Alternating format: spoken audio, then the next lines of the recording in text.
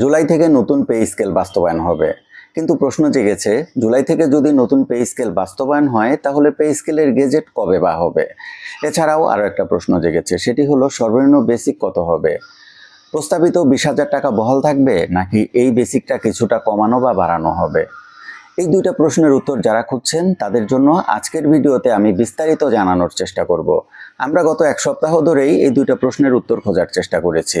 কবে নতুন পে স্কেলের গেজেট বাস্তবায়ন হবে, এছাড়াও সর্বনিম্ন বেসিক কত হবে, এই দুইটা প্রশ্নের উত্তর খোঁজার চেষ্টা করেছি এবং কিছুটা তথ্য পেয়েছি। যারা এই তথ্যগুলো জানতে চাচ্ছেন তারা পুরো ভিডিও আমার সাথে থাকবেন, আশা করি ভালো কিছু তথ্য পাবেন। আমরা তথ্য সংগ্রহের চেষ্টা করি এবং আপনাদেরকে সেই তথ্যগুলো দেওয়ার চেষ্টা করি। সবসময় হয়তো বা সেই তথ্যগুলো সঠিক হয় না, কিন্তু আমাদের চেষ্টা থাকে আপনাদেরকে সঠিক তথ্য প্রদান করার। আসুন আসল আলোচনায় চলে যাই। পে স্কেল তো জুলাই থেকেই বাস্তবায়ন হচ্ছে, এটা আমরা সবাই জানি, এবং সরকারি চাকরিজীবীরা জুলাইয়ের বেতন থেকেই নতুন বেসিক অনুযায়ী বেতন পাবে। তাহলে গেজেটটা কবে হবে? জুন মাসও তো প্রায় শেষ হতে চলল। আমাদের সর্বশেষ তথ্য অনুযায়ী আমরা যতটুকু জানতে পেরেছি তাতে করে আগামী সপ্তাহে পে স্কেলের গেজেট হতে পারে। আমি আবারও বলে নিচ্ছি, এটা আমাদের সংগৃহীত তথ্য, এমনটাই হবে ব্যাপারটা আমরা নিশ্চয়তা দিতে পারছি না, কেননা সিদ্ধান্তটা পুরোপুরি সরকারি এবং অর্থ মন্ত্রণালয়ের। কিন্তু আমরা এই তথ্যগুলো সংগ্রহ করতে পেরেছি, তাতে করে আমরা জানতে পেরেছি আগামী সপ্তাহের নতুন পে স্কেলের গেজেট হবে যদি সব কিছু ঠিকঠাক থাকে।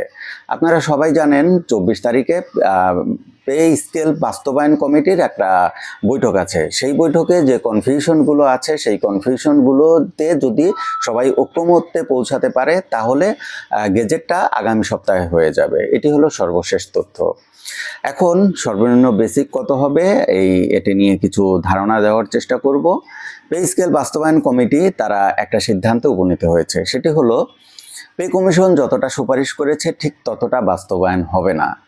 আমরা পূর্বেও দেখেছি 2015 সালে যখন অষ্টম জাতীয় পে স্কেল হয় তখন পে কমিশন সুপারিশ করেছিল 11,000 টাকা সর্বনিম্ন বেসিক।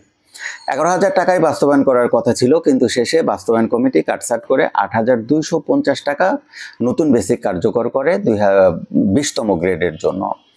আমরা সবাই জানি যে অতীতেও যখন পে স্কেল হয়েছে সবসময় বাস্তবায়ন কমিটি কিছুটা কাটছাট করে পে স্কেলের জন্য সুপারিশ করেছে এবং শেষ পর্যন্ত সেই অনুযায়ী গেজেট হয়েছে। এখন নবম পে স্কেলের ক্ষেত্রেও ঠিক একই ঘটনাই ঘটতে যাচ্ছে। আমরা 15 সালে অষ্টম পে স্কেলে যখন দেখেছি যে মোটামুটি বেশ বড় একটা অ্যামাউন্ট কিন্তু কাটছাট করা হয়েছিল বেসিকের তুলনায়, প্রায় 3,000 টাকার মতো সেখানে কাটছাট করা হয়েছিল। কিন্তু আমরা যতটুকু তথ্য পেয়েছি তাতে করে এই নবম পে স্কেলের ক্ষেত্রে এতটা কাটছাট করা হবে না।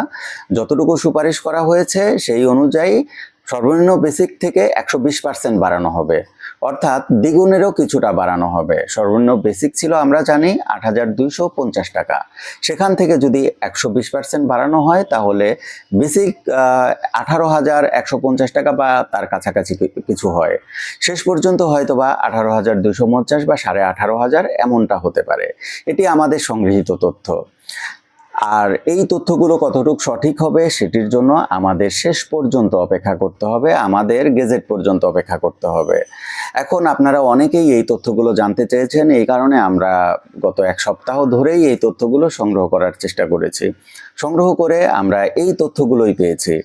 আমাদের মনে হয়েছে আপনাদের কিছুটা ধারণা দেওয়া দরকার, কেননা এর আগেও আমাদের চ্যানেলে আমরা পে স্কেল নিয়ে বিভিন্ন ধরনের তথ্য সংগ্রহ করে আপনাদের সাথে শেয়ার করেছি এবং অধিকাংশই সঠিক হয়েছে। এই কারণেই আপনাদের বড় একটা অংশের আমরা সাপোর্ট পেয়েছি এবং আস্থা অর্জন করতে পেরেছি। সুতরাং পে স্কেল হয়তোবা জুলাই থেকেই কার্যকর হচ্ছে, এটি তো আমরা নিশ্চিত, এবং হয়তোবা আগামী সপ্তাহেই পে স্কেলের নতুন গেজেট হতে পারে এবং 120% বেসিক বর্ধিত হতে পারে।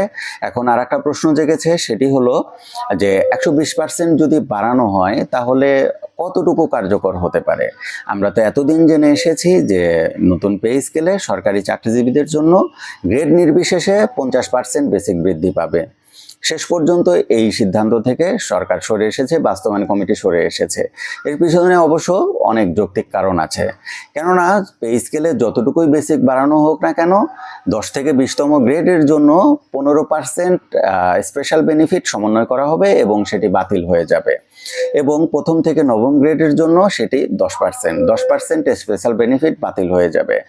একবার খেয়াল করে দেখুন, যদি 10তম থেকে 20তম গ্রেডের জন্য 15% স্পেশাল বেনিফিট বাতিল করে দেওয়া হয় এবং 50% বেসিক বৃদ্ধি করা হয়, সেক্ষেত্রে নিট বৃদ্ধির হার কিন্তু কমে 35%-এর মতো হয়ে যাচ্ছে এবং প্রথম থেকে 20তম নবম গ্রেডের জন্য সেটি হয়ে যাচ্ছে নিট বৃদ্ধির পরিমাণ 40%। এখন এই বৃদ্ধি কিন্তু নিতান্তই কম। দেখা যাচ্ছে যে নিট বৃদ্ধির পরিমাণ একটু খেয়াল করে দেখবেন, প্রথম গ্রেড থেকে নবম গ্রেডের জন্য একটু বেশি হয়ে যাচ্ছে, যেখানে 10ম থেকে 20তম গ্রেডের জন্য নিট বৃদ্ধির পরিমাণ হচ্ছে 35%, সেখানে প্রথম থেকে নবম গ্রেডের জন্য হচ্ছে 40%।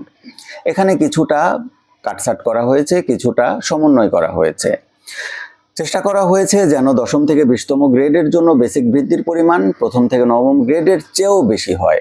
এই কারণে সর্বশেষ সিদ্ধান্ত অনুযায়ী 10ম থেকে 20তম গ্রেডের জন্য বেসিক বৃদ্ধি হবে 60% এবং প্রথম থেকে নবম গ্রেডের জন্য বেসিক বৃদ্ধি হবে 40%। এখন এখানে একটা বিষয় লক্ষণীয় আছে, সেটি হলো যে কতটুকু বেসিক বৃদ্ধি করা হবে। বর্তমানে যে বেসিক আছে সেটা 60% নাকি যতটুকু সুপারিশ করা হবে সেটা 60%। সর্বশেষ তথ্য অনুযায়ী যে বেসিকটা বৃদ্ধি করা হচ্ছে, যেমন ধরুন 8,250 টাকা 20তম গ্রেডের বেসিক, এবং সেখানে যদি বেসিক বাড়িয়ে 18,250 টাকা করা হয়, তাহলে খেয়াল করে দেখবেন যে এখানে বাড়ানো হচ্ছে 60%।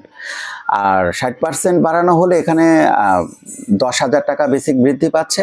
এই 10,000 টাকা 60% অর্থাৎ 6,000 টাকা বেসিক বৃদ্ধি পাবে। সেই 6,000 টাকা থেকে পূর্বের যে 15% আছে সেই 15%টা মাইনাস করে দেওয়া হবে। এটি হলো পে ফিক্সেশন পদ্ধতি এবং নতুন পে স্কেলে বেসিক বৃদ্ধির পদ্ধতি। আশা করি আপনারা বুঝতে পেরেছেন এবং আশা করি আপনারা নিজেরাই পে ফিক্সেশনটা ঠিক করে ফেলতে পারবেন যে আপনার গ্রেড অনুযায়ী কত টাকা বেসিক বৃদ্ধি হচ্ছে। এখন এখানে আরও একটা বিষয় লক্ষণীয় আছে, খেয়াল করে দেখবেন যে এই যে হিসাবগুলো করা হচ্ছে, এই হিসাবগুলো কিন্তু প্রত্যেকটা গ্রেডে সমহারে বাড়ছে। অর্থাৎ আপনি 20তম গ্রেডে যত আগেই জয়েন করে থাকুন না কেন, আপনার চাকরির কর্মকাল যত বছরই হয়ে যাক না কেন, আপনার নিট বৃদ্ধির পরিমাণ এবং যে নতুন 20তম গ্রেডে জয়েন করেছে তার নিট বৃদ্ধির পরিমাণ কিন্তু একই, কেননা এখানে ওই বেসিকের উপরে বৃদ্ধি হচ্ছে। আর এই কারণে প্রত্যেকটা গ্রেডে নিট বৃদ্ধির পরিমাণ সমান থাকবে, আপনার কর্মকাল যতই হোক না কেন। আশা করি এই বাস্তবায়ন কমিটি এই বিষয়টাতে নজর দিবে, কেননা যে নতুন জয়েন করেছে আর যে 5 বছর 7 বছর ধরে একই গ্রেডে কর্মরত আছে, তাদের নিট বৃদ্ধির পরিমাণ তো সমান হতে পারে না, এটি কোনোভাবেই গ্রহণযোগ্য হতে পারে না। আশা করি তারা এই বিষয়টাতে নজর দিয়ে পে ফিক্সেশনটা ঠিক সেইভাবেই করবে, যেন যারা একই গ্রেডে অনেক বছর ধরে কাজ করছে, চাকরি করছে, তাদের নিট বৃদ্ধির পরিমাণ তুলনামূলকভাবে একটু বেশি হয়। তো বন্ধুরা, আজকের ভিডিও এতটুকুই ছিল। আপনাদের যদি নতুন কোনো তথ্য প্রয়োজন হয় বা জানার দরকার হয়, তাহলে অবশ্যই কমেন্ট বক্সে কমেন্ট করবেন। আমি সেই অনুযায়ী তথ্য সংগ্রহ করে আপনাদের সেই তথ্য প্রোভাইড করার চেষ্টা করব। খেয়াল করে দেখবেন, আমাদের চ্যানেলে আমরা এখন আর নিয়মিত ভিডিও দেই না, আমরা তথ্য সংগ্রহের চেষ্টা করি এবং বিশ্বাসযোগ্য তথ্য পেতে যতদিন সময় লাগে ঠিক ততদিন পরেই আপনাদের সামনে ভিডিও নিয়ে আসি। তো সবাই ভালো থাকবেন, আজকে এই পর্যন্তই। আসসালামু আলাইকুম।